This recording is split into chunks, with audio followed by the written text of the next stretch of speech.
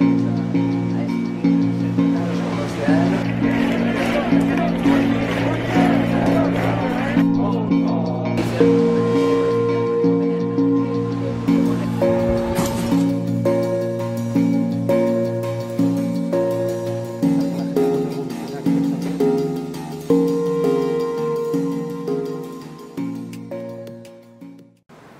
buenos días, Rosa Díez. Buenos días. Muchísimas gracias por recibirnos aquí en Sodupe, en su casa, su pueblo, su entorno, en el País Vasco.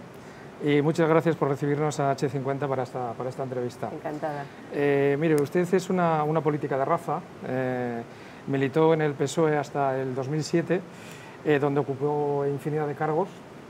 En su momento estuvo en el País Vasco teniendo cargos importantes y luego a nivel europeo llegó a ser presidenta de la delegación socialista española en el Parlamento Europeo, hasta que luego hasta el 2007 que lo abandonó. A usted se le ha criticado muy duramente en el Partido Socialista por haber abandonado el partido. ¿Por qué cree que cuesta tanto en España pensar que la gente puede evolucionar y pensar de otra manera? Bueno, a ver, cuesta en general pensar que los ciudadanos somos libres y por tanto capaces de, a lo largo de nuestra vida, evolucionar, ir reformándonos, ir adquiriendo experiencia, quitarnos vendas de los ojos, aprender cada día, tener curiosidad. Pero en el caso que nos ocupa, más allá de que efectivamente yo he aprendido y por supuesto afortunadamente he evolucionado, solo las piedras o las ovejas no evolucionan, o sea, se mantienen en el mismo nivel porque no tienen nada que evolucionar. La ciudadanía, ser ciudadano es lo que te da la posibilidad de tener libertad de pensamiento, de opinión y también por tanto de aprendizaje, ¿no? Pero en el caso que usted me plantea, que tiene que ver con mi marcha del Partido Socialista en el año 2007, bueno, quien cambió fue el Partido Socialista. Naturalmente que yo he cambiado a lo largo de mi vida, como digo, ¿no? A partir de la experiencia y del conocimiento, ¿no? Y de la autocrítica, ¿no? Pero yo me fui del Partido Socialista en el año 2007 porque el Partido Socialista dejó de ser ese partido nacional, es decir, que defienda toda España y el interés general, dejó de ser un partido que defendiera la libertad y la igualdad de todos los españoles. Traicionó, en fin, de una manera verdaderamente flagrante algunas de los mandatos más importantes que teníamos de nuestro programa electoral. Yo me presenté a unas elecciones en el año 99 para parlamentaria en el Parlamento Europeo, encabezando la lista, y 5 años después me volví a presentar en número 2 de la lista del Partido Socialista. El número 1 la segunda vez era Josep Borrell, prometiendo a los españoles algo que luego el Partido Socialista no cumplió. Llegó Zapatero y liquidó todos los pactos de Estado, entre otros el Pacto de Estado por las Libertades y contra el Terrorismo. Empezó a hacer una negociación política con ETA, tratando a ETA como un interlocutor político. No es que hablara con ETA de cuándo y dónde dejar las armas, sino hablaba con ETA del futuro de España y de todos los españoles, como si fuera un interlocutor político, bueno, como un partido político más. Entonces yo, bueno, durante mucho tiempo, siendo parlamentaria europea, estuve denunciando ese comportamiento y bueno, ya llegó un momento en que, como el Partido Socialista no cambió, traicionó sus valores, sus principios y a los ciudadanos, pues yo me fui del Partido Socialista. Yo en aquel momento era diputada en el Parlamento Europeo, tenía 2 años y medio por delante para seguir disfrutando de mi acta y de mi sueldo, y me fui, dejé el acta, dejé el carnet del Partido Socialista y seguí defendiendo desde fuera del Partido Socialista las cuestiones fundamentales, que no es en fin, los proyectos concretos para dónde se hace una autovía o dónde tal, sino lo esencial, lo que está como valor reconocido en nuestra Constitución y que tiene que ver pues, fundamentalmente con la libertad y con la igualdad y con vamos a decirlo así, la propiedad de España que nos corresponde a todos los españoles y no a una parte de los españoles, que es lo que empezó a negar en aquel momento José Luis Rodríguez Zapatero y lo que niega fervorosa y ardientemente el actual secretario general del PSOE y presidente del Gobierno de España. Usted ingresó en UGT en el año 76 y luego en el 77 en el Partido Socialista. ¿Usted cuando ve ahora que quieren expulsar a Joaquín Leguina o que quieren expulsar al señor Nicolás Redondo, ¿Qué experimenta? ¿Indignación, rabia, indiferencia? No, indiferencia no, porque, a ver, el Partido Socialista, como organización política progresista y transversal, defensora de los valores constitucionales, ha muerto. Ese partido ya no existe. Entonces, bueno, ¿por qué quieren expulsar a Leguina y a Redondo? Pues porque les recuerdan lo que han dejado de ser, lo que ha dejado de ser el PSOE. Entonces, bueno, es una desgracia, ¿no?, que un partido que fue clave para transitar desde la dictadura hasta la democracia haya desaparecido y se haya convertido en una sociedad limitada con todas las acciones en manos de Pedro Sánchez. Se haya convertido en una organización sectarizada al máximo, cada vez más pequeña en número de afiliados, pero absolutamente sectarizada, que considera que la derecha es mucho más enemiga de ellos que ETA, por ejemplo, o que los golpistas. O sea, los enemigos del PSOE no son los enemigos de la democracia española, sino los adversarios políticos y democráticos son sus enemigos, no quienes son los enemigos de la democracia. Entonces, la derecha, la ultraderecha, la extrema derecha, o sea, como les quieran calificar, porque lo hacen para descalificarlos, son considerados por el PSOE sus enemigos. Sin embargo, los enemigos de la democracia, los enemigos jurados de la democracia, los que han dado un golpe contra la democracia o los que han asesinado para destruir la democracia, que son los filoterroristas, los prescriptores de los terroristas y los golpistas catalanes, son los socios preferidos de Sánchez. Entonces, el PSOE, como organización democrática y política defensora de la libertad y la igualdad, no existe, ha muerto. Entonces, bueno, hay personas que siguen teniendo el carnet del PSOE, pero el PSOE como tal no existe. Entonces, ¿siento indiferencia? No, indiferencia no, porque ha habido muchas personas que durante muchos años de su vida lo han arriesgado todo en defensa de esas ideas y de esos valores. Aquí en el País Vasco mucha gente ha sido señalada por ETA por defender esos valores y esos principios, señalada y asesinada, pero señalada en todo caso, por defender esos valores y esos principios en nombre de la democracia, de la Constitución, pero con la sigla del PSOE. Entonces, bueno, pues dices, ¿para esto? ¿Para que esta gentuza haga ahora esto? Entonces, hay un dolor personal, si quieres, pero a mí lo que más me duele es el daño que le hacen a la democracia. Y que tiren por la borda, que esta dirección del PSOE, Pedro Sánchez, tire por la borda los sacrificios, la generosidad, el trabajo de tantas generaciones de buenos socialistas, de buenos españoles, que eran primero buenos españoles y por tanto también después buenos socialistas porque eran buenas personas. Eso es lo que más me duele. O sea, que usted da por finiquitado el partido que en su momento fue de Felipe González y de Guerra y demás. Bueno, les acaban de llamar traidores. El portavoz de tal Óscar Puente, creo, se llama Óscar Puente, sí, bueno, sí, el portavoz del PSOE, alcalde de Valladolid, acaba de decir que a Guerra y a González, en fin, les preocupa más la patria que el partido, como si fuera, y que les preocupa más la patria que las personas, como si la patria se pudiera hacer sin personas, se hiciera con ovejas. Es que para ellos los ciudadanos somos ovejas. Para el PSOE, no, lo mismo que sus bases, ¿no?, que dicen mucho hablar de las bases, pero ahora mismo Sánchez es un caudillo dentro del PSOE, no hay control. Ha decidido dar los indultos y no ha reunido ni al Comité Federal ni nada. Dice, no, es que es el gobierno ya, pero tú estás en el gobierno porque eres el líder de un partido, no has llegado ahí por una aclamación popular. No se presenta, en España no se presenta el presidente, el candidato a las elecciones. Primero le eligen diputado en las listas de un partido y después, por eso le eligen, después le eligen presidente del gobierno. No da cuentas a nadie. Bueno, ha tenido clausurado el Parlamento de facto durante varios meses, le ha venido la pandemia. A ver, lo que para todos los españoles ha sido una desgracia, para Sánchez ha sido un lujo, porque ha podido, en fin, tener las instituciones paralizadas para evitar controles. Entonces, lo mismo que no quiere control del Parlamento, no tiene ningún control dentro del PSOE. Entonces, no es que yo lo dé por finiquitado, es que el PSOE, como estructura democrática que controla a su ejecutiva, ha muerto. Dice, no, son las bases.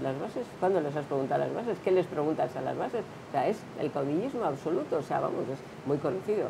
En teoría política y en la práctica política, en la historia de la humanidad, ese comportamiento es muy conocido. Rosa, usted tiene mucha experiencia política, lleva muchos años en política. Sí, tengo muchos años también. Bueno, no, todos los años los cumplimos todos, pero usted tiene mucha experiencia y además es usted muy apasionada con la política. Entonces, usted ha vivido muchas épocas, y usted que vivió parte de aquella transición, de aquellos políticos que eran personas antagónicamente a nivel de opinión, pensaban diferentes, unos eran de izquierdas, de derechas, comunistas, pero eran capaces de llegar a pactos, eran personas que hicieron una transición y eran personas cultas, vamos a decirlo así, cada una a su manera, pero eran cultas. Y usted ahora, cuando viene al Parlamento, personas que no tienen estudios, personas, algunos con antecedentes penales, personas cuya trayectoria vital está basada en pertenecer a un partido desde los 16 años, que no tienen ninguna trayectoria empresarial, que no han aprobado ninguna oposición y que toman decisiones sobre campos que claramente desconocen. ¿Usted qué opina? Ya, pero fíjate tú que la formación reglada, por así decir, la que uno obtiene a través de los estudios, es muy importante, por supuesto, porque es una base sobre la que vas construyendo lo demás, pero hay otra formación que te da la vida, entre otras la experiencia. La experiencia y, bueno, oye, saber lo que hay que hacer para cobrar una nómina, por ejemplo. O sea, quiero decir, vamos, el haber tenido una experiencia, que no significa que tengas que ser técnico, ingeniero en telecomunicaciones, o no, una vida, o sea, haber conducido un taxi, haber sido un profesor en una escuela, haber sabido lo que cuesta ser un calefactor que viene a tu casa. No, es que, claro, es que Sánchez se ha rodeado de gente que aún tiene menos experiencia que él, que no tiene ninguna, ni profesional, ni laboral, ni académica, porque hasta la tesis se la han copiado. Entonces, quiero decir, claro, entonces él parte de un principio de generación. Entonces, si él es así, y su experiencia en la vida es nula, ni profesional ni académica, lo que le rodea va bajando. Y los que están con él en el gobierno, que la tienen, que tienen una experiencia y una capacidad y un conocimiento mayor, se han convertido en sus cómplices, porque saben que están allí solo porque él lo ha decidido y están allí callados y, en fin, beneficiándose de tener ese tipo de presidente. Entonces, no es solo que no haya capacidad, usted decía, no tienen capacidad para hacer acuerdos como en el pasado se han hecho entre distintos, no, es que viven de no hacer acuerdos. O sea, es que el peor pecado político de Sánchez, lo que no se le podrá perdonar en la vida, es que él ha llegado al gobierno para romper la unidad entre los españoles. Él ha llegado al gobierno para romper la cohesión, para fracturarnos en dos. Lo empezó Zapatero, pero él sigue en esa senda, fracturar a los españoles, en revivir las dos Españas. O sea, que gracias a la ruptura entre españoles, un partido socialista con menos votos que nunca pueda tener más poder que nunca. Ese es el drama. Y esa es la verdadera tradición a la democracia. Nuestros mayores, socialistas, democristianos, conservadores, comunistas, o sea, Carrillo, hicieron lo contrario, que no se repita la confrontación entre hermanos. Eso fue la transición, o sea, que no vuelva a repetirse. Este está haciendo, siguiendo la estela de Zapatero, justamente todo lo contrario, quebrar la cohesión entre españoles. Y eso, que acabar una zanja cada vez más profunda para que usted y yo nos preguntemos, antes de ver si podemos acordar, ¿tú qué votas? ¿Y tú qué piensas? ¿Y tú eres católico o no lo eres? ¿Eres creyente o no lo eres? ¿Eres heterosexual o homosexual? ¿Qué piensas de...? No. Entonces, esa es la filosofía de Sánchez, que es un peligro para la democracia. Es que es verdaderamente dramático. Todo lo empezó Zapatero. Zapatero empezó a acabar esa zanja y en fin, a buscar la ruptura de lo que empezó a llamar la derecha extrema y la derecha, para que surgiera una extrema derecha institucional, decía él, al modo de Mitterrand en Francia. Eso lo empezó Zapatero de la misma manera que fue Zapatero quien empezó a limpiar la historia de ETA. O sea, cosa que ha seguido a limpiar la historia de ETA para, bueno, hacer sus negociaciones políticas con ETA, políticas, insisto, sobre el futuro de España, no sobre dónde y cómo dejas las armas, sino sobre el mapa institucional incluso de España, empezó a hacerlo Zapatero. Hombre, yo recuerdo, para algunas cosas sirve la vida y la experiencia, recuerdo que cuando se empezó a decir que Zapatero estaba negociando con ETA, y él lo negaba todavía públicamente al principio, todavía no estaba en la presidencia del gobierno. O sea, recuerdo perfectamente haber ido un grupo de socialistas del País Vasco, 4 o 5, algunos estábamos en Basta Ya, había algún alcalde en aquel grupo, haber tenido una reunión con él en Ferraz, en su despacho, lo estoy viendo en este momento, y haberle planteado la cuestión: oye, ¿estás negociando con ETA? Dínoslo. Yo recuerdo que uno de los alcaldes le dijo expresamente: oye, José Luis, dinos si es verdad que has iniciado una negociación, porque tenemos derecho a saberlo, porque nosotros nos arriesgamos a que nos maten porque creemos que nos estamos arriesgando para defender unos derechos. Si estás haciendo otra cosa, dínoslo, porque tenemos derecho a saber si queremos seguir arriesgándonos. ¿Y qué les contestó? Que no, que era mentira, por favor, que no estaban Les dijo que era mentira. que era mentira, que no. Pero si lo dijimos así, oye, dínoslo, tenemos derecho a saber por qué arriesgamos nuestra vida. Entonces, ahora la arriesgamos porque nos parece que merece la pena, pero si vas a hacer otra cosa, dínoslo porque tenemos derecho a saber por qué arriesgamos nuestra vida. Por supuesto nos dijo que no, pero bueno, este ha seguido en esa senda, Sánchez ha seguido en esa senda y en la senda de confrontarnos. O sea, la mayor parte de las iniciativas que toma no solo las toma para tener más poder, sino pensando en si tendrá de derivada que confrontemos entre españoles. Oye, a Franco no le sacó del Valle de los Caídos porque hiciera falta el Valle de los Caídos para algo, o porque hubiera una demanda social que nos sentíamos los españoles humillados, los que perdimos la guerra, entre comillas, humillados y tal. No, no había esa demanda. Dijo, aquí vengo yo y lo resuelvo. No, no, o sea, era para ver si provocaba una confrontación entre españoles. La reforma de la ley de la memoria histórica o tal, ¿para qué la hace? Porque hay que hacerlo para saldar, en fin, para que haya españoles que no se sienten reconocidos, para reconocerles sus derechos y para... No, no, lo hace para ver si provoca una fractura entre españoles. O sea, su dinámica es la de romper la cohesión entre españoles, y eso no habrá días en el calendario, no habrá suficientes para perdonárselo. ¿Usted no tiene la sensación, como tenemos algunos, que a veces Bildu y Otegi, por ejemplo, marcan la agenda del gobierno y que desde estos patíbulos mediáticos parece que, como usted bien dijo antes, que parece que están blanqueando la historia de ETA? Y cuando usted ve que están a Ortega Lara llamándole fascista y ultraderechista, ¿usted piensa que España, la política en España ha llegado a un punto de no retorno, o cree que esta locura es pasajera? Vamos a ver, primero, Otegi no marca la agenda de Sánchez. Sánchez elige a Otegi como socio porque lo que quiere hacer Otegi le parece bien a Sánchez. Eso es terrible. ¿No? Es terrible, pero es lo que está ocurriendo. O sea, Sánchez podía no gobernar con los apoyos de Otegi. Fue una opción. Él, después de las elecciones, a las 24 horas de las elecciones en las que se había presentado diciendo que jamás pactaría con Iglesias, presentó el acuerdo de gobierno. Lo mismo que a lo largo de en la hemeroteca se puede ver la cantidad de veces que ha dicho por activa y por pasiva que jamás pactaría, que su gobierno jamás dependería de los votos de los proetarras, de los que no han renunciado ni han renegado de la historia de ETA. Lo ha dicho 1000 veces. Bueno, está con ellos porque quiere estar, los ha elegido como socios.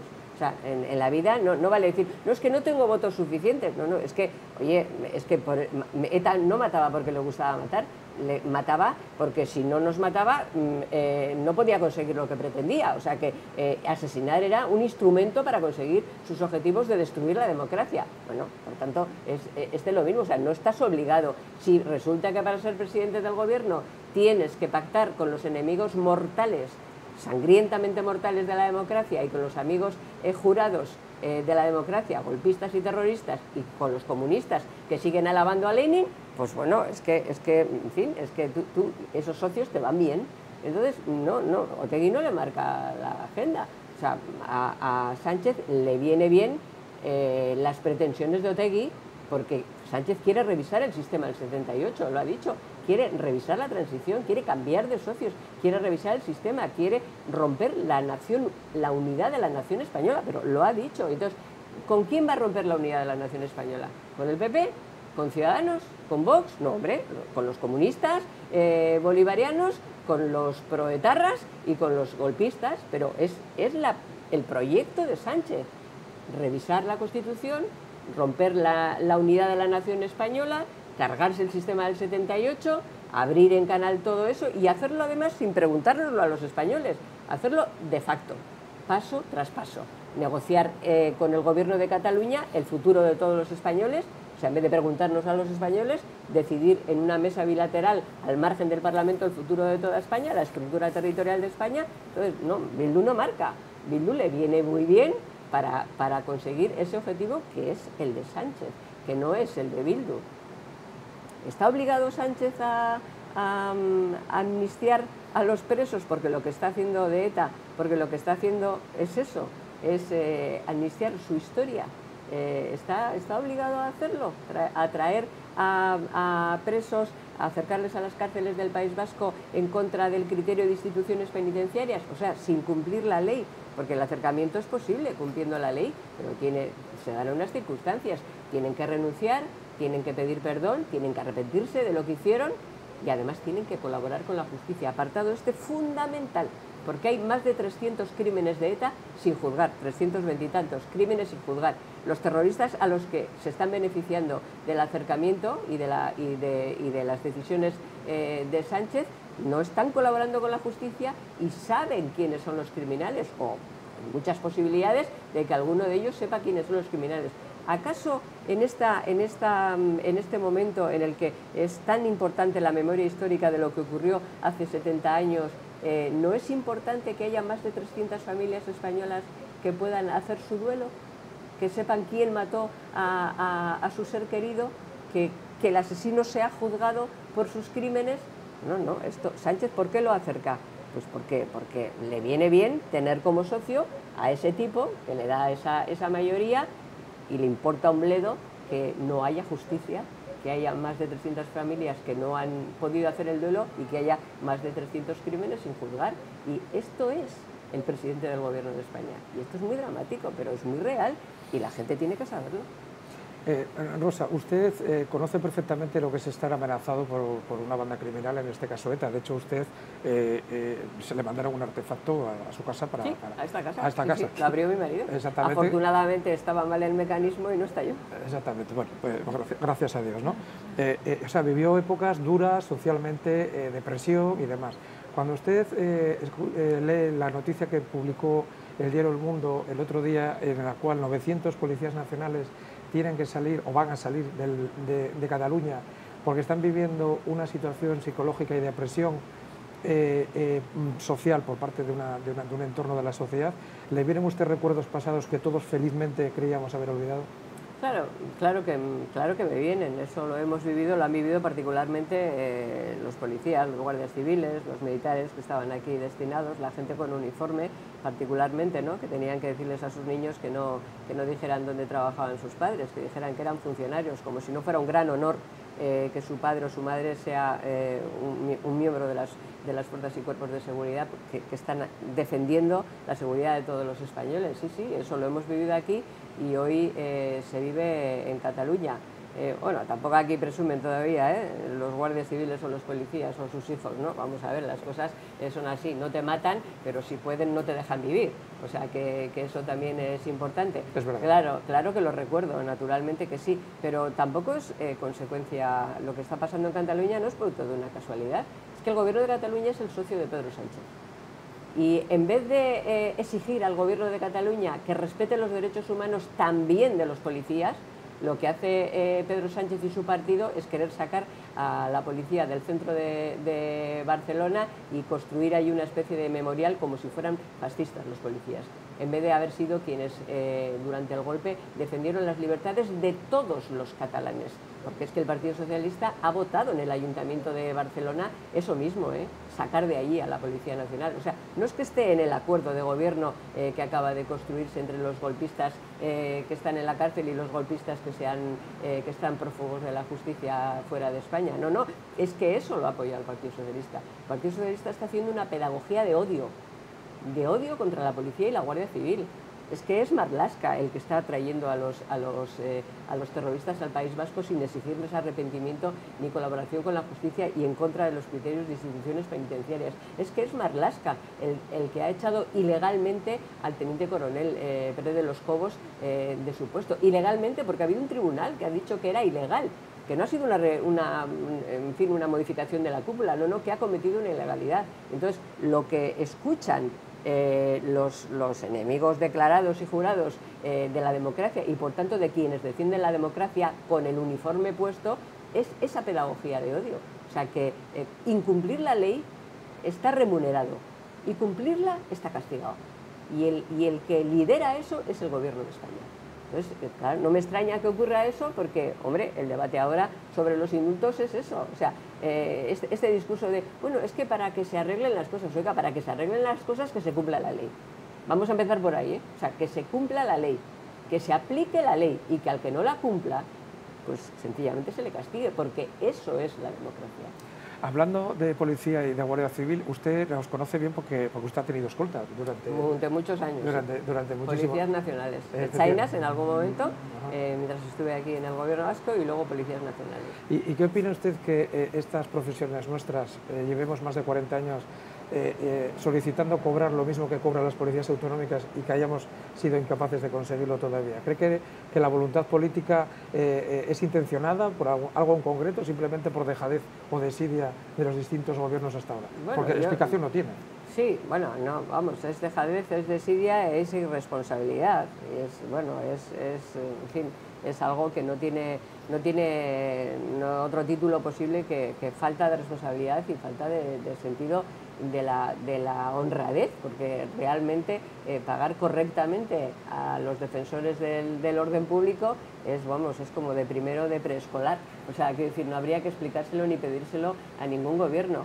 Ampararse en que cada gobierno autonómico que tiene policía tiene capacidad para poner el sueldo que quiera a los suyos y que cada ayuntamiento puede poner a sus municipales el sueldo que quiera y que el gobierno no puede estar adaptándose permanentemente, bueno, es una disculpa de mal pagador. Hay muchos instrumentos de cooperación y de coordinación. Si el gobierno quisiera, lo haría. Pero como usted muy dice, claro, hombre, por favor, como usted muy bien dice, sucesivos gobiernos. Es que yo, siendo diputada, he tenido que defender eso en el Congreso de los Diputados cuando quien gobernaba era el Partido Socialista, el Partido Popular votaba mis propuestas y el PSOE votaba en contra, y cuando quien gobernaba era el PP, el Partido Socialista me apoyaba y el PP votaba en contra. Bueno, no, el Partido Socialista seguía votando en contra, eso también hay que decir. Bueno, entonces es una reivindicación legítima de los cuerpos y fuerzas de seguridad, es una asignatura pendiente de la democracia y bueno, si no se hace es porque no se quiere. O sea, no es un gasto. Pagar bien a los servidores públicos es una inversión, es un derecho de los trabajadores y es una inversión del Estado. O sea, que es obvio, ¿no?, que es así. Pero bueno, pues como no pasa nada y como los trabajadores siguen trabajando y haciendo su trabajo correctamente, como no escatiman esfuerzo, pues los gobernantes irresponsables, insolidarios e irrespetuosos con la tarea que realiza la policía, las policías en general, pues siguen comportándose de esta manera. Rosa, usted después de dejar el Partido Socialista fundó un partido, sí, UPyD, un partido del centro en principio, que llegó a tener... Un partido progresista. Bueno, aquí cuando no te proclamas de derechas o de izquierdas, te llaman de centro. Lo del centro para mí siempre es un misterio, porque claro, el centro depende de cómo se mueven los unos o los otros, el centro también se mueve por lo visto, ¿no? Entonces esto de la ideología de centro no soy muy capaz de saber lo que significa, francamente, ¿no? Algunos le llaman centro a los partidos que son capaces de pactar, o a las personas que son capaces de pactar con aquellos que se proclaman de derechas o de izquierdas, pero eso no es el centro, eso es tener sentido común y sobre todo es no ser sectario. O sea, no ser sectario es que te importe el contenido de la propuesta y no quien la plantea. O sea, que tengas la capacidad de analizar, pero ¿eso es ser de centro? No, eso es ser, en fin, tener sentido común, ser patriota en el verdadero sentido de la palabra, buscar lo que es mejor para los ciudadanos y no tener complejos. Que viene Esquerra Republicana, pongamos por caso, y plantea una iniciativa en el Congreso de los Diputados que te parece bien, oye, la apoyas, pero ¿qué importa quién la presenta? Y es que son Esquerra. Bueno, ya, pero si han presentado una cosa, a ver, es muy difícil que ocurra, pero puede ocurrir. No, yo qué sé, yo me acuerdo alguna cosa que presentaron siendo yo diputada en relación con la marihuana, no sé qué, no recuerdo alguna. Bueno, a ver, si te parece razonable, ¿por qué no lo vas a apoyar? Y si te parece razonable una cosa que plantea el Partido Socialista, la apoyas. Y si es el PP, lo mismo. Y si no te gusta, aunque sea presentada por alguien con quien mejor te llevas, pues votas en contra. ¿Eso es el centro? No. Eso es tener la cabeza centrada. Formamos un partido, Unión Progreso y Democracia, que en su manifiesto fundacional se declaraba progresista. Entonces, y lo explicábamos, decíamos, a ver, porque ser progresista... en fin, significa buscar posiciones políticas, hacer propuestas que tengan como consecuencia el progreso de la sociedad y en la historia de la humanidad desde posiciones ideológicamente conservadoras se han puesto en marcha iniciativas muy progresistas, y desde posiciones de izquierda se han puesto en marcha iniciativas muy progresistas, porque tenían, digamos, ese componente y tenían ese objetivo, y además conseguían ese objetivo, y viceversa. Desde la derecha se han puesto en marcha iniciativas regresivas y desde la izquierda también. Entonces, bueno, pues en fin, nosotros decíamos, oye, apoyar las decisiones que toma el dictador de Venezuela es ser de izquierdas, pues entonces somos de derechas. O sea, quiero decir, bueno, y así, o sea, lo explicábamos en el manifiesto. Entonces, bueno, yo me acuerdo que una vez, a poco de estar en el Congreso de los Diputados, la primera legislatura, cuando llevaba un año así en el Congreso de los Diputados, un periódico, creo que fue el ABC, sí, bueno, fue el ABC, me acuerdo ahora, hizo un resumen de las veces que había votado con el PSOE y las veces que había votado con el PP, como sorprendido, pero bueno, pues claro, o sea, si hay propuestas y las veces que les voto en contra sin ningún tipo de complejo, sin preguntarme, porque pasa muchas veces eso, dice, que va a salir adelante, pues entonces no voy a votar en contra, porque como va a salir no me voy a significar. ¿Qué te importa que salga? Tú analiza la propuesta, y si te parece que es positivo, a lo mejor te equivocas, pero te equivocarás después de haberlo analizado, no como un autómata, ¿no?, que dice, bueno, si lo presenta no sé quién, tengo que votar. Yo lo único que en lo que, en fin, siempre he tratado y he buscado, y creo que he conseguido, salvo que me haya equivocado alguna vez, no coincidir para nada, ni para coger duros, que se decía antes, es con cualquier propuesta que venga de los terroristas. O sea, porque no puedes analizarlo. Eso empezamos a hacerlo en el Parlamento Europeo en mi primera legislatura, cuando yo llegué en el 99. Había costumbre en el Parlamento Europeo de que cuando se levantaba alguno de los diputados que tenía allí Batasuna o las sucesivas marcas, o alguien de otro que planteaba alguna cuestión defendiendo a ETA y esas cosas, pues la costumbre era que si había un español en la sala, el español tomaba la palabra y decía lo que sea, y si no había ningún español en la sala, pues nadie decía nada. Y lo mismo, si hablaban de política laboral o lo que sea, pues entraban en el debate, ¿no? Entonces conseguimos, y la verdad que eso fue interesante, porque fue de esas cosas que hacen pedagogía democrática.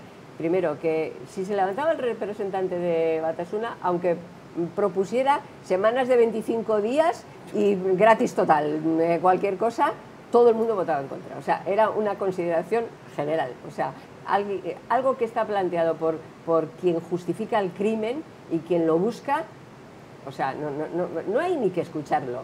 Y conseguimos otra que también fue muy importante, que si coincidía que en ese momento no había ningún español, cualquiera de cualquier partido se levantaba a contestar.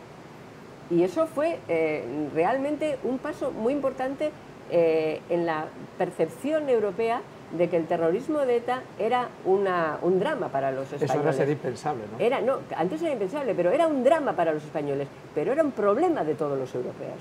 El drama era nuestro porque nos mataban a nosotros, pero el problema era de la democracia europea en su conjunto.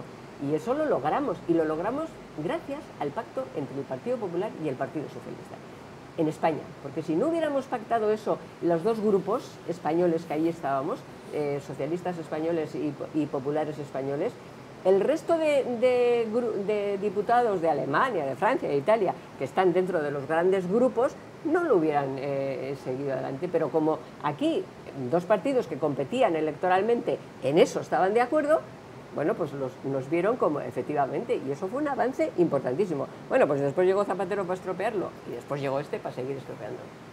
Pero lo que sí que está claro es que tanto UPyD como Ciudadanos tienen esa vocación de pacto, a derecha e izquierda, para llegar a acuerdos.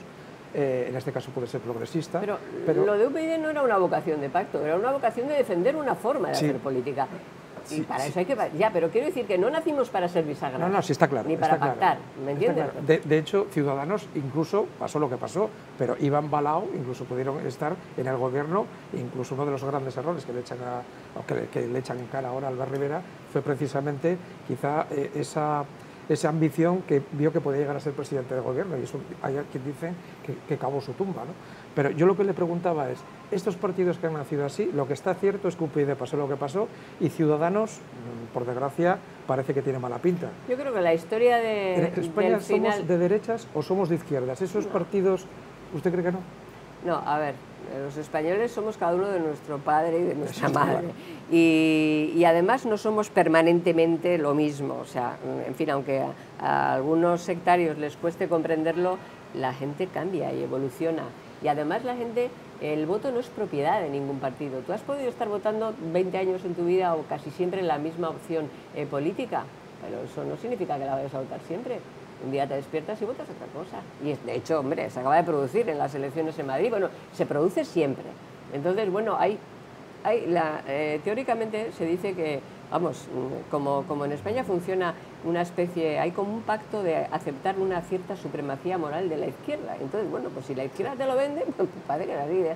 España es mayoritariamente de izquierdas. Pues no sé, depende cómo defina usted la izquierda, dígame. O sea, bueno, yo creo que es una sociedad progresista la sociedad española. Y a veces para defender el progreso hay que votar a la derecha. Hay que dejar de votar a los partidos de izquierdas. Yo creo que los españoles somos mayoritariamente progresistas y somos personas abiertas y en fin, nos gusta pensar las cosas, nos gusta, en fin, decidir por nosotros mismos. Somos mayoritariamente progresistas, pero como te digo, a veces para defender posiciones progresistas hay que dejar de votar a quien desde la izquierda, autoproclamándose de izquierdas, se llama progresista. ¿Puede ser progresista un gobierno que excluya el castellano de la escuela? ¿Puede ser progresista, puede llamarse progresista un gobierno que adoctrine en la escuela, que haga una ley de adoctrinamiento en la escuela? ¿Puede llamarse progresista un gobierno que persiga a los jueces que ejercen su profesión con independencia? ¿Puede llamarse progresista un gobierno que quiera copar el Poder Judicial como ha copado la Fiscalía General del Estado? ¿Puede llamarse progresista un gobierno que gobierna gracias al apoyo de los terroristas y de los golpistas? Pues no, para ser progresista hay que librarse de estos. Entonces los españoles lo hacen. ¿Por qué? ¿Cómo explicar el final de UPyD? Pues porque son de izquierda, son de derecha los españoles. No, yo creo que nuestro final, el de UPyD, final en términos de que dejaron de votarnos y dejamos de tener representación en el Parlamento Nacional, pues tuvo, a mi juicio, yo lo explico en un libro que publiqué que se titula Los aventureros cuerdos, tuvo mucho que ver con una decisión tomada, avalada desde luego por los partidos, pero tomada fuera de los partidos. Sí. Es decir, a ver, el establishment, que no se presenta en las elecciones, pero claro, que lo controla desde fuera, en fin, no quiere cambios. Y cuando hay cambios, cuando ve que la sociedad va de cambiar, y aquello iba de que el bipartidismo, pues, no, en fin, iba a desaparecer, o vamos, que iba a cambiar el mapa, y se veía que iba a cambiar, pues cuando va de cambio, el establishment quiere decidir quién es el cambio. Y cuando UPyD estaba con 5 diputados y con unas encuestas estupendas, los que mandan, desde los despachos de lo alto de la torre, decidieron que si iba de cambio, el cambio era Ciudadanos.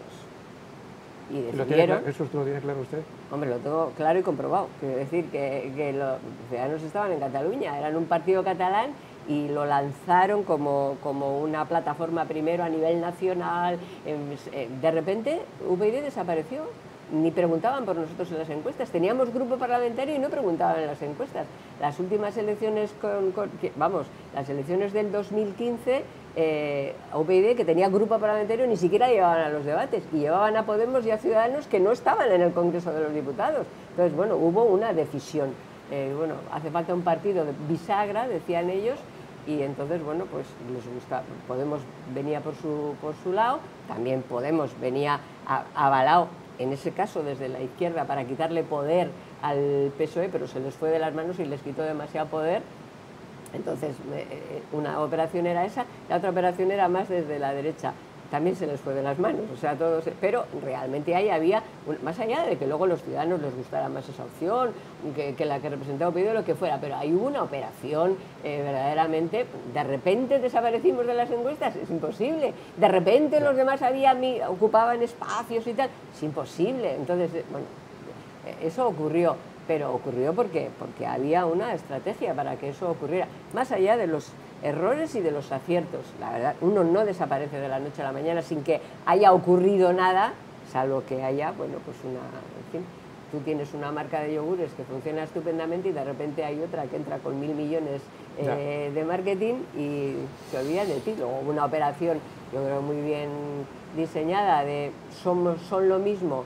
Después de lanzar la imagen, la siguiente fue son lo mismo, y como los que van a ganar son estos, vota a estos, porque total como son lo mismo, entonces bueno, hubo una dinámica en aquel momento. Pero eso, a ver, es poco importante porque afecta desde el punto de vista de los partidos, con la parte de la historia, y oye, en fin, yo cuento la historia como yo la he vivido y con los datos que yo tengo, pero en fin, a lo largo de, en fin, dentro de unos años o lo que sea, pues todo se irá, en fin, abriendo o cerrando, pero es poco importante. Lo que importa en este caso es pensar que una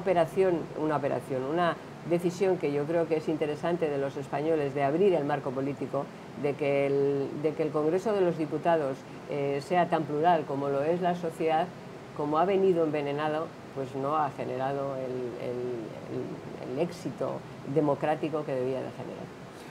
En las últimas elecciones usted pidió el voto para el Partido Popular, o apoyó en su momento en una conferencia que dio, sí, creo que en Barcelona. Sí. Vale, pero creo que se enfadó mucho cuando cesaron a Cayetana Álvarez de Toledo, ¿eso es verdad? Bueno, yo cuando cesaron a Cayetana no dije ni pío, que yo recuerde, vamos, pero vamos, a mí me parece, en fin, me parece obvio que Cayetana Álvarez de Toledo ha sido la mejor portavoz que ha tenido el Partido Popular, por tanto que a la excelencia se le quite del medio es una mala noticia para los españoles, les hayamos votado o no a ese partido. O sea, cuando la opción es, en fin, quitar la excelencia del medio, pues eso hace daño al conjunto de la sociedad, a los votantes y a los no votantes. Usted hablaba antes del Congreso de los Diputados, es que tú miras, no me refiero al Partido Popular solo, ni siquiera fundamentalmente, es que tú les ves y dices, madre mía, o sea, qué nivel Maribel, que decía aquí el dicho, ¿no? Y entonces, bueno, pues quitar a una persona, en fin, relevante, a una persona, en fin, con un nivel, con una capacidad y tal, pues me parece que es una mala noticia para los demócratas, insisto, al margen de que les votes o no les votes.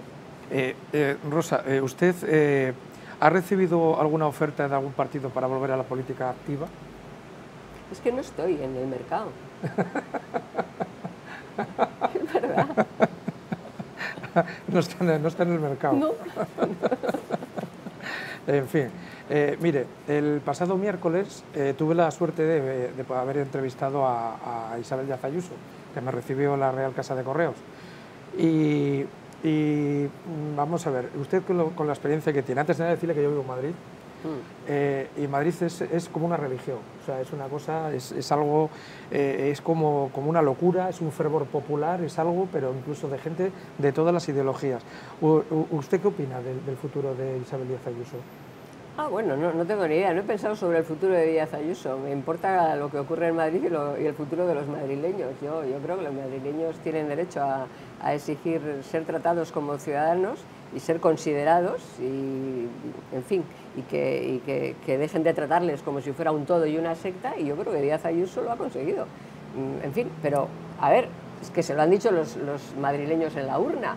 Entonces, bueno, yo creo que han valorado, los madrileños han valorado positivamente la gestión y han valorado positivamente, yo creo, lo más, me parece a mí, igual estoy equivocada, no solamente la gestión de las cosas concretas, sino ese empeño que ha mostrado Díaz Ayuso de tener autonomía y de no caer en esa especie de no sé cómo decirlo, de complejo ante esa supremacía moral de la izquierda, ¿no? O sea, de que si lo dice no sé quién y lo ponen los editoriales, o sea, me tengo que callar. Entonces, defender sus posiciones, naturalmente las posiciones unas veces aciertas y otras no, pero ese defender las posiciones con argumentos, en fin, con datos, y defender las posiciones, ¿no? Que es el ejercicio de la ciudadanía. Entonces, si tú tienes a alguien al frente del gobierno que defiende sus posiciones, aunque se equivoque, pero las defiende, pues le estás diciendo a los ciudadanos, haga usted lo mismo. O sea, estás dando un ejemplo de oiga, haga usted lo mismo, defienda sus posiciones. Y bueno, igual defender tus posiciones te lleva a no votarme, pero usted defienda sus posiciones, es libre para defenderlas, ¿no? Y yo creo que esa pedagogía democrática pues le ha dado la victoria, francamente, eso pienso. Muy bien, mire, si le parece ahora, le voy a hacer unas preguntas nombrándole a ciertas personas y usted me contesta como máximo en 10 segundos, ¿vale? A ver si me sale una respuesta No sé si rápida. preguntarle por el primero porque ya me lo ha definido, pero bueno, no obstante, si le parece, Pedro Sánchez. Pedro Sánchez tiene una personalidad psicopática de libro. No es una calificación política, es un diagnóstico psicológico. Y un psicópata de libro, siendo presidente del gobierno, es un peligro para el país. Albert Rivera. Bueno, está retirado, ¿no? Parece que vive muy bien. Carles Puigdemont. Pues es un prófugo de la justicia española que espero que sea pronto juzgado por sus hechos y por sus actos. Pablo Casado. Pablo Casado pudo ser mejor, pero es joven, puede aprender. Santiago Abascal. Bueno, Santiago lo conozco de niño casi, de crío, de aquí, del País Vasco. Le tengo un aprecio personal porque, ¿sabes lo que tiene el haber estado juntos en la misma trinchera? Ya. Que te acuerdas de la trinchera y te acuerdas de quién es el verdadero enemigo. Y a ver, eso me pasa también con el Partido Popular, aunque no haya estado personalmente en la trinchera con Casado, sí con muchos compañeros suyos. Así que por eso a los que hemos estado en las trincheras les deseo siempre lo mejor. Federico Jiménez Los Santos. Bueno, es un periodista de raza. María San Gil. Bueno, compañera de lucha. Compañera de verdad de lucha, ¿eh? Ideológicamente bien distintas, pero sabes que compañero no es el que va contigo, ¿no? Sino el que comparte el pan, en el término latino, ¿no? Y María y yo hemos compartido el pan. Otegi. Enemigo jurado, mortal y sangriento de la democracia. Mire, vamos a ir acabando ya. En las entrevistas que hago para H50, esta edición, la última pregunta es un poquito comprometida para el entrevistado, para la entrevistada, en este caso para usted. No se preocupe que en su caso no va a ser muy complicado. Mire, cuando pase la pandemia, una de las cosas que vamos a hacer en H50 es organizar coloquios o entrevistas como estas en Madrid, en un foro universitario, al que van a acudir pues, policías, guardias civiles, suscriptores nuestros y gente universitaria. Y tras una charla, pues después podrán interaccionar con los allí asistentes, ¿no? Vamos a retransmitirlo en directo a través de YouTube y demás de nuestro periódico. Entonces me gustaría ver si puedo adquirir su compromiso, si fuera posible algún día, que coincidan ustedes, tanto María San Gil como Fernando Savater y usted, que estén en Madrid, y a ver si podíamos hacer un debate precisamente para hablar de la plataforma cívica Unión 78. ¿Puedo adquirir ese compromiso con usted? Yo lo adquiero por mí, su parte, no puedo hablar por ellos, claro, claro. Conmigo cuentan. De acuerdo. Pues muchísimas gracias, Rosa. Ha sido un placer que nos haya recibido aquí en su casa para todos nuestros suscriptores. Se lo digo de verdad, yo a usted le tengo adoración desde hace muchísimo tiempo. Gracias. La conocí hace mucho tiempo en una manifestación, que estuvimos hablando 2 minutos, y cuando planteé nombres de personas que yo creía que a ver si podíamos llegar a ellos, uno de los nombres que ahí plasmé fue el suyo, y me alegro muchísimo de verdad de haber estado aquí compartiendo con ustedes esta entrevista. Ha sido un enorme placer y se lo agradezco. Muchas gracias. Saben ustedes que aunque esto sea fuera de la entrevista, todos los que en algún momento habéis llevado un uniforme, siempre los he considerado nuestros escudos. No los míos personales, que también, sino los escudos de la democracia.